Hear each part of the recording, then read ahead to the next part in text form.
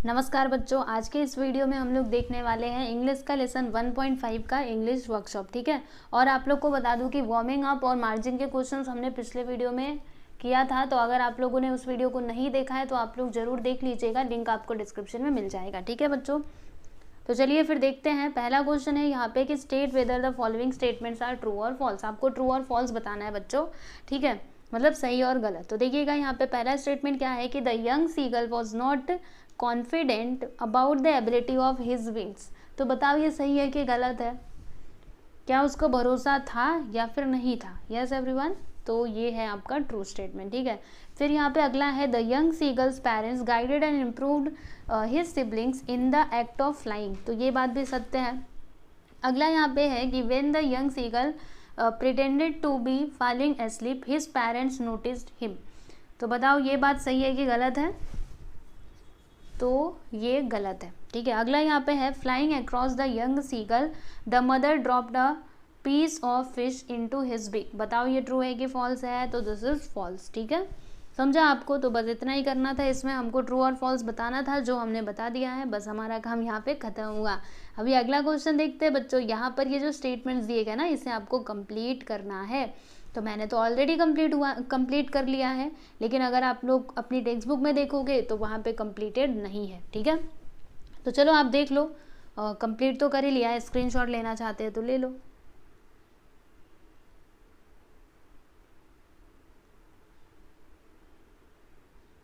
चलो अभी अगला क्वेश्चन देखते हैं बच्चों। यस, इसमें हमें क्या करना है? Read the following words carefully. Yes, carefully सारे वर्ड्स को रीड करना है।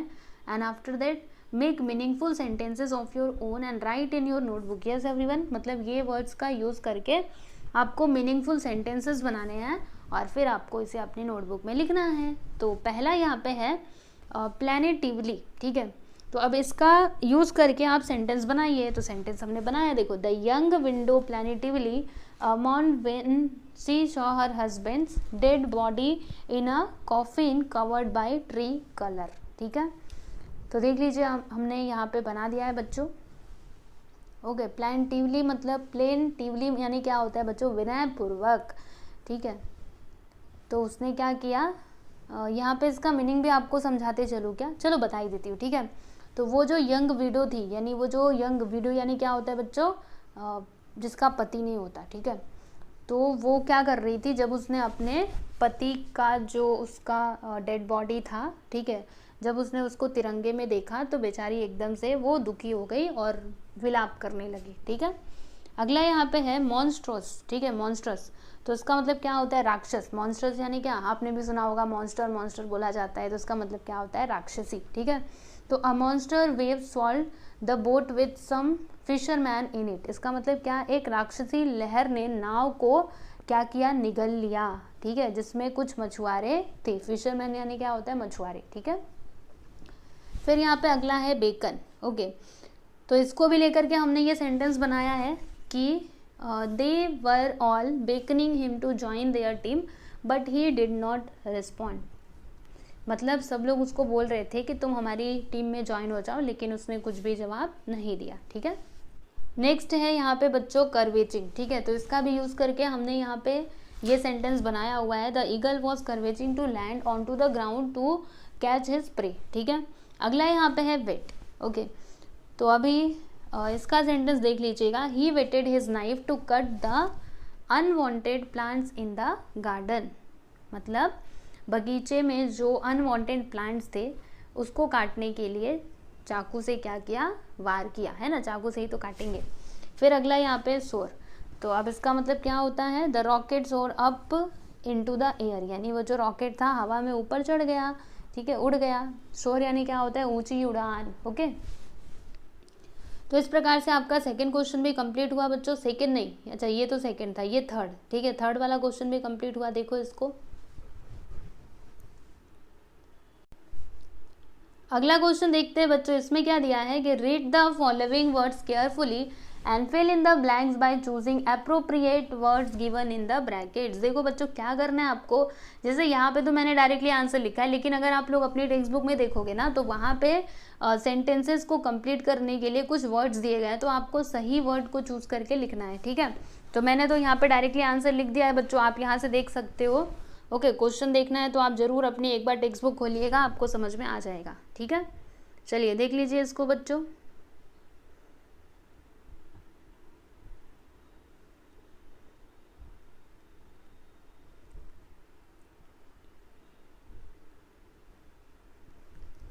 चलो अब आगे चलते हैं और अगला क्वेश्चन देखते हैं, क्वेश्चन नंबर 5। इसमें क्या करना है हमको, read about the space mission of Sunita Williams, यानी सुनीता विलियम्स का जो स्पेस मिशन था ना बच्चों, उसके बारे में आपको पढ़ना है।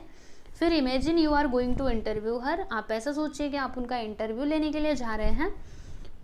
तो आपको 10 से 12 रेलेवेंट क्वेश्चंस मतलब फ्रेम करने हैं जो आप उनसे पूछ सकते हो। ठीक है, जैसे कि उनके अर्ली लाइफ के बारे में आप पूछ सकते हो, उनकी ट्रेनिंग कैसे हुई, फिर उनका एजुकेशन, वो मतलब वो कैसे वो स्पेस तक पहुंची। ठीक है, फ्यूचर प्लान क्या है, या फिर और आप क्या पूछ सकते हो कि वो लोगों को क्या मैसेज देना चाहती हैं। ठीक है, तो ये सारी चीज़ें। चलो फिर देखते हैं, यहाँ पे हमने क्वेश्चंस फ्रेम किए हुए हैं।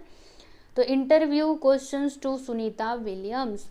हेलो मैडम, सबसे पहले हम उनको नमस्ते बोलेंगे ना, है ना, बोलेंगे कि नहीं बताइए। यस बोलेंगे। Hello madam, congratulation on your great achievement in the space mission, यानी हम सबसे पहले उनको नमस्ते बोलेंगे और उसके बाद उनको कांग्रेट्स करेंगे। किसके लिए कांग्रेचुलेशन उनको बोलना है, उन्होंने ये जो स्पेस मिशन में इतना महारत हासिल किया है उसके लिए। ठीक है, और फिर हम उनसे बोलेंगे कि please allow me to ask you a few question about your career and your mission, यानी आप प्लीज़ हमें आज्ञा दीजिए कि हम आपसे कुछ सवाल पूछना चाहते हैं, आपके बारे में जानना चाहते हैं।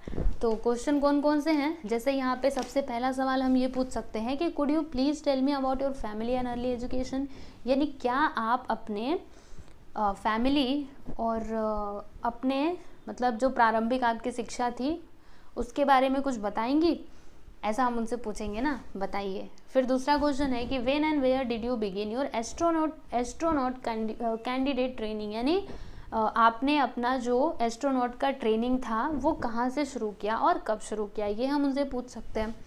अगला, when were you selected by NASA for astronaut program, यानी एस्ट्रोनॉट प्रोग्राम के लिए आपको कब चुना गया था। और चौथा, will you please tell me about your experience at NASA, क्या आप हमको जो आपका एक्सपीरियंस था नासा में, क्या आप उसके बारे में हमको बताएंगे।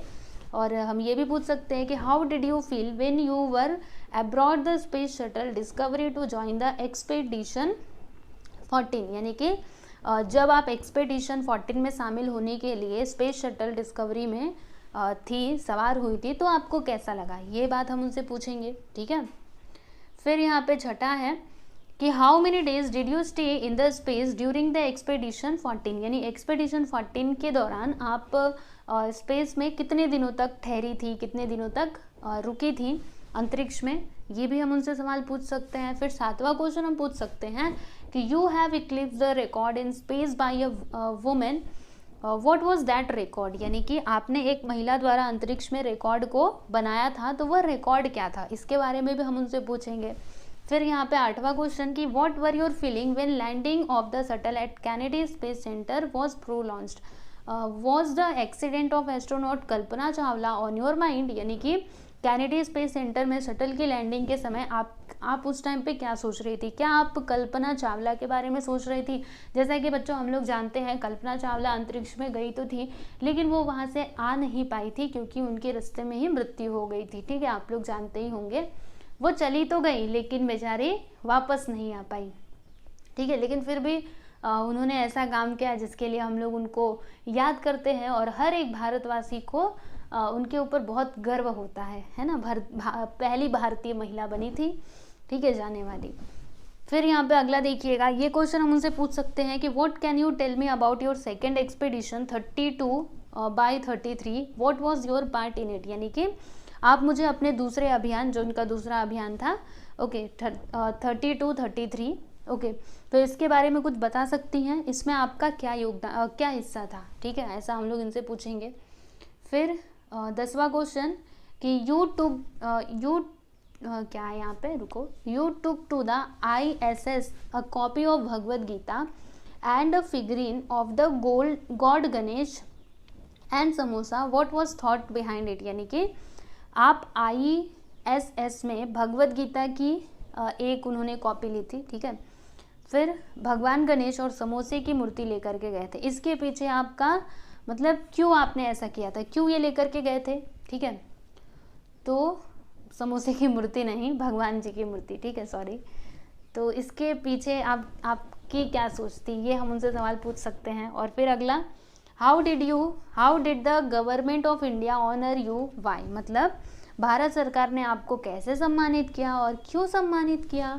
फिर लास्ट क्वेश्चन है, what is your message to the young Indian generation, यानी यंग इंडियन जनरेशन को आप क्या मैसेज देना चाहती हैं, ठीक है। तो ये सारे क्वेश्चंस हम लोग सुनीता विलियम्स जी से पूछ सकते हैं, समझे। चलो ये क्वेश्चन देख लो। एक बात बताओ बच्चों, क्वेश्चंस भी आते हैं एग्जाम में, तो इसके लिए प्रिपेयर रहना।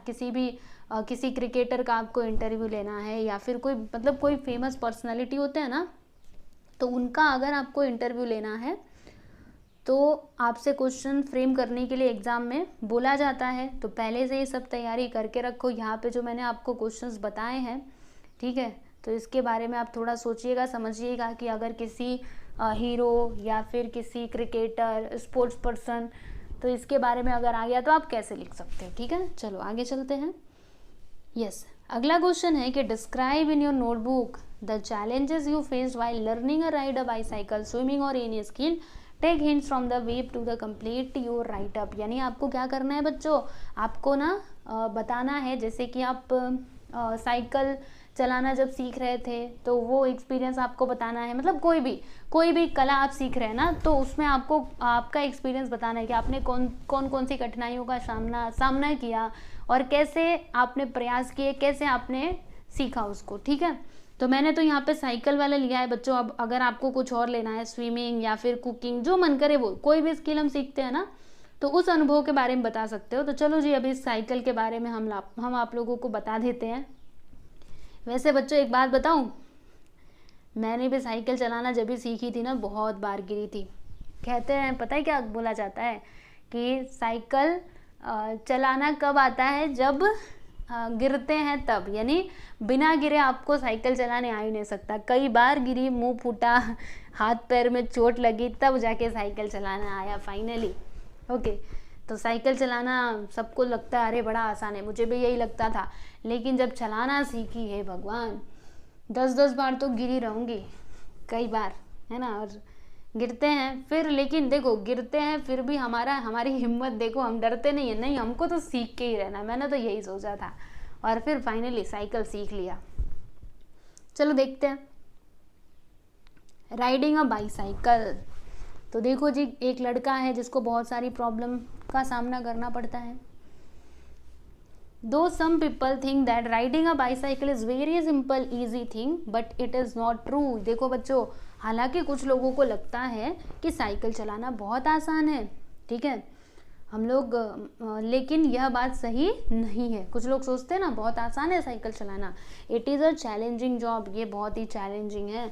Okay, when you begin to learn cycle you must have to drive away and win over the fear of falling. यानी कि जब आप क्या करते हो, साइकिल चलाना सीखते हो ना, तो आपको क्या करना चाहिए, सबसे पहले तो आपका जो गिरने का डर होता है ना कि हम गिर जाएंगे, इसे आप सबसे पहले अपने दिल से बाहर निकालो। क्योंकि जब तक गिरोगे नहीं तब तक साइकिल चलाओगे नहीं। जो गिरना नहीं चाहता ना भाई, साइकिल से दूर ही रहे, दूर से ही साइकिल को नमस्ते बोल ले बस, है ना। अगर आप गिरने के लिए तैयार हो तो चलो फिर साइकिल सीखने।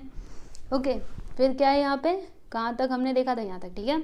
While riding a cycle, you are to fall once or twice or more and may get injured। मतलब अगर आप क्या कर रहे हो, जब सीख रहे होंगे साइकिल चलाना, तो आप गिर सकते हो 1 बार 2 बार, उससे भी ज़्यादा, और आपको चोट भी लग सकती है। So you must be bold and forget your fear of falling. तो इसीलिए आपको क्या करना है बच्चों, बोल्ड बनना है, अपने डर पे जीत हासिल करनी है। ओके, तो साहसी बनना है आपको और अपने गिरने का जो डर है उसे आपको भूल जाना चाहिए, ठीक है। फिर आगे क्या है, secondly as a beginner don't fully depend on a trainee और a supporter, otherwise you will never learn cycle. यानी कि आपको पूरा के पूरा ट्रेनर या फिर जो आपको वो सिखाता रहेगा साइकिल, उसके ऊपर आपको डिपेंड बिल्कुल भी नहीं होना है। अगर आप ऐसा करते हो तो फिर भूल जाओ कि आपको साइकिल चलाना कभी आएगा, ठीक है। आपको स्वयं कोशिश करनी है ना, कोई आपको कितना सिखाएगा बताओ। You should ride on your own with determination, आपको खुद से ही उसे सीखना है। You must B study stable and patient. देखो बच्चों, आपको स्टडी रहना है, स्टेबल रहना है और आपको पेशेंस रखनी है।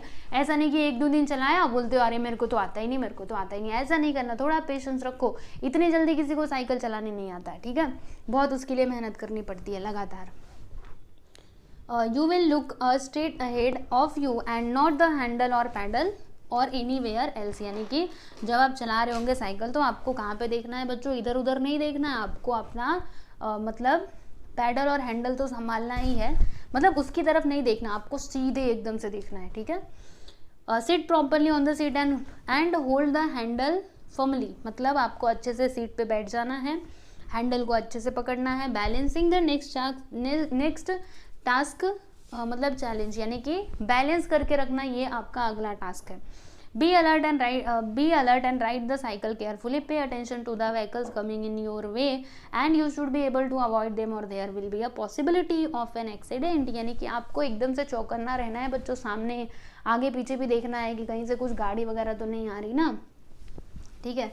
वैसे तो मैं कई बार बच्चों लड़ी भी हूँ। एक बार तो साइकिल लेकर के एक सामने से साइकिल आ रही थी, ऐसा लड़े थे दोनों जन, ये इधर से आ रहे, ठीक है, मैं इधर से जा रही और मैं थोड़ा मुड़ाने की कोशिश कर रही, वो भी बड़ी वाली साइकिल थी।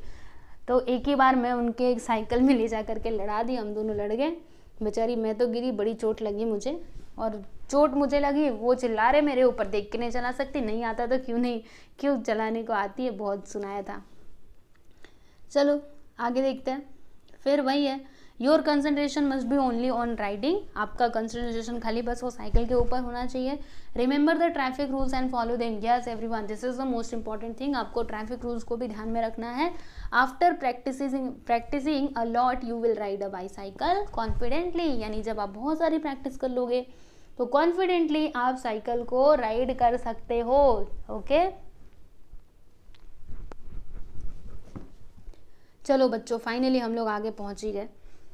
इसको देखा कि नहीं आपने? यस, राइडिंग बाईसाइकिल के बारे में लिख लेना अच्छे से, अगर एग्जाम में भी आए ना तो भी आप जरूर लिख करके आना, ठीक है।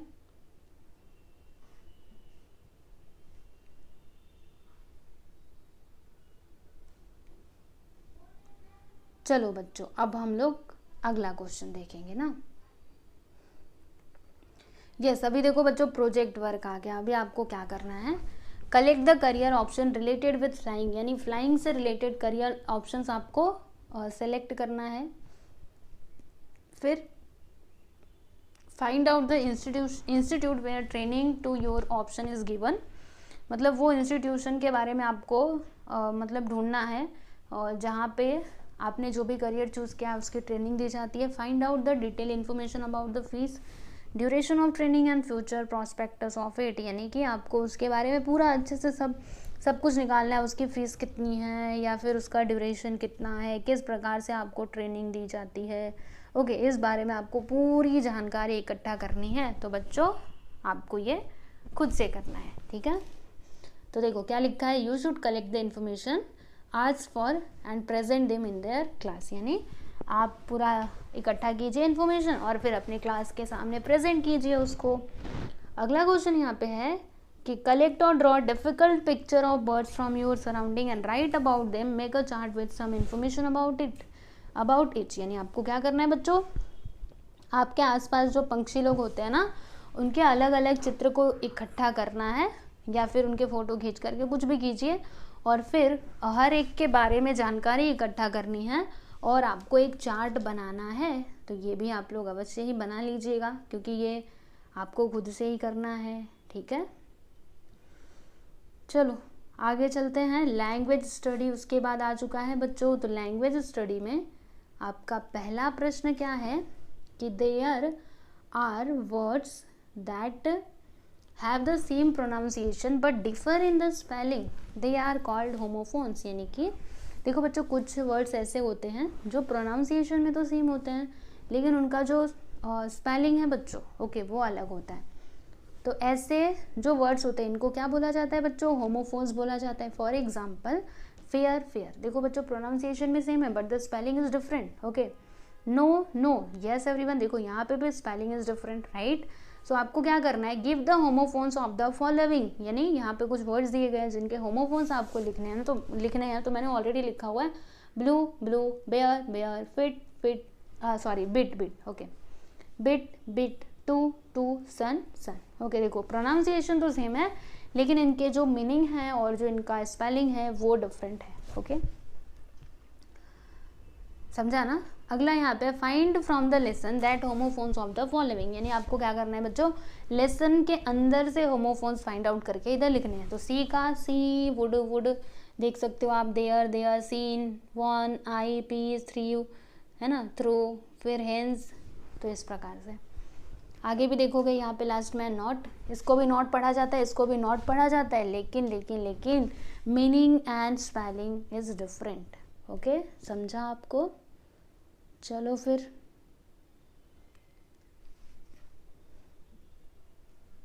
अगला क्वेश्चन देखा जाए बच्चों। यस, वो तो ए था ना, अब ये बी है, ठीक है। इसमें क्या दिया है, explain how the underline homographs differ in meaning, यानी आपको बताना है कि ये जो होमोग्राफ दिए गए हैं वो अर्थ में कैसे अलग है, ठीक है। तो यहाँ पे पहला देखिएगा, रुकिए एक सेकेंड, पहला का A, he saw his two brothers, ठीक है। तो ये सॉ का मतलब क्या होगा, the homograph saw is the past tense of the word see, यानी ये जो सॉ है ना ये क्या है, सी का पास्ट टेंस है, ओके। फिर यहाँ पर देखो, the wood cutter cut the big branch with his sharp saw, अब इसका मतलब क्या होगा यहाँ पर, तो the homograph saw means a tool of carpenter use for cutting would, यानी यहाँ पे एक टूल के बारे में बताया गया है, ओके। मतलब सॉ यानी क्या, आरी भी उसको, इसका मतलब आरी भी होता है, ठीक है। चलो आगे चलते हैं। यहाँ पे अभी विंग्स की बात की जा रही है, the bird injured his wings, तो यहाँ पे विंग्स मतलब क्या होगा, the homograph wings means the part of the body of bird use for flying, यानी यहाँ पे विंग का मतलब ये होगा कि वो जो बर्ड है उसके मतलब उसके बॉडी का एक पार्ट, ठीक है। और यहाँ पे विंग का मतलब क्या होगा, he lives in the C wing of the building, तो यहाँ पे वो बिल्डिंग वाला विंग, ठीक है। फिर यहाँ पे अगला क्वेश्चन है, क्वेश्चन नहीं है अगला, यहाँ पे लैंड, यहाँ पे लैंड का मतलब क्या हो जाएगा बच्चों, comes down through the air on to the ground, यानी क्या लिखा है, the aeroplane will land at 9 PM sharp, मतलब वो जो एरोप्लेन है वो नीचे की तरफ आ रहा है यानी जमीन पे आ रहा है। अभी देखो बच्चों यहाँ पे ही ओन्स 10 एकड़ ऑफ लैंड, तो यहाँ पे लैंड का मतलब क्या हो जाएगा, जमीन का हिस्से के बारे में बात की जा रही है, ग्राउंड की बात की जा रही है, ठीक है। नेक्स्ट यहाँ पर है fourth one, the head of the institution was on leave, yes everyone, तो यहाँ पे हेड का मतलब क्या होगा पता है आपको, बॉस, जो मेन रहता है, ठीक है। तो वही लिखा हमने कि head means the person in charge of an institution और ऑर्गेनाइजेशन, और he bend his head down with chin, तो यहाँ पे ये हेड का मतलब वो जो सिर वाला है बॉडी पार्ट वो हो जाएगा, head means the part of the body on top of the neck, okay, समझा ना आपको। तो इस प्रकार से ये आपको करना था बच्चों, B1 मतलब बी वाला। रुको एक मिनट, पूरा एक साथ दिखाती हूँ, एक मिनट, हाँ आप देखिए।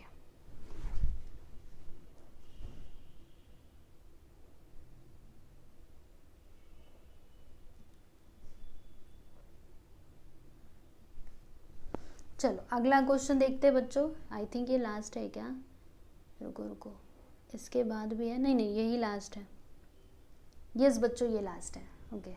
चलो और इसमें क्या दिया है कि read the following sentences carefully underline the verbs and find out the tenses in the following, यानी आपको क्या करना है बच्चों, यहाँ पे जो सेंटेंसेस दिए गए ना तो उन्हें आपको रीड करना है, वर्ब्स को अंडरलाइन करना है और फिर आपको बताना है कि ये यहाँ पे कौन सा ये टेंस है, ठीक है, कौन सा टेंस है। तो देखो बच्चों यहाँ पे पहला क्या है, the sun dash, the sun was now ascending the sky, तो यहाँ पे ये जो है ना ये आपका वर्ब हो जाएगा और ये क्या है बच्चों, पास्ट कंटिन्यूअस टेंस, समझा, वॉज आया ना, और देखो वर्ब में क्या है बच्चों, ING है यानी पास्ट कंटिन्यूअस टेंस हो जाएगा। फिर अगला यहाँ पे वर्ब क्या होगा, ये वाले में टुक हो जाएगा और ये क्या है, सिंपल पास्ट टेंस। फिर यहाँ पे इज स्टैंडिंग आपका वर्ब हो जाएगा, ये क्या है, प्रेजेंट कंटिन्यूअस टेंस। फिर लिव, तो ये आपका वर्ब हो जाएगा और ये है सिंपल पास्ट टेंस। फिर ही जस्ट फेल्ट डिजी, तो ये आपका सिंपल पास्ट टेंस है और फेल्ट आपका क्या है बच्चों, वर्ब। ओके, क्लियर है, समझा? यस, तो यहाँ पे बच्चों फाइनली आपका ये जो लेसन है वो कंप्लीट होता है। English workshop plus warming up सब कुछ हमने कंप्लीट कर लिया है बच्चों। तो बस आपको अच्छे से मन लगा करके पढ़ाई करनी है, अच्छे अच्छे नंबर लाने हैं, ठीक है। तो ये वीडियो आपको कैसा लगा बच्चों, कमेंट करके ज़रूर बताओ। अच्छा लगे तो लाइक कर दो, दोस्तों के साथ शेयर कर दो, बस इतना ही मेरे लिए काफ़ी है। अवश्य ही आप लोग शेयर कर दीजिएगा। चलिए बच्चों चलते हैं, मिलेंगे हम लोग अगले वीडियो में। धन्यवाद।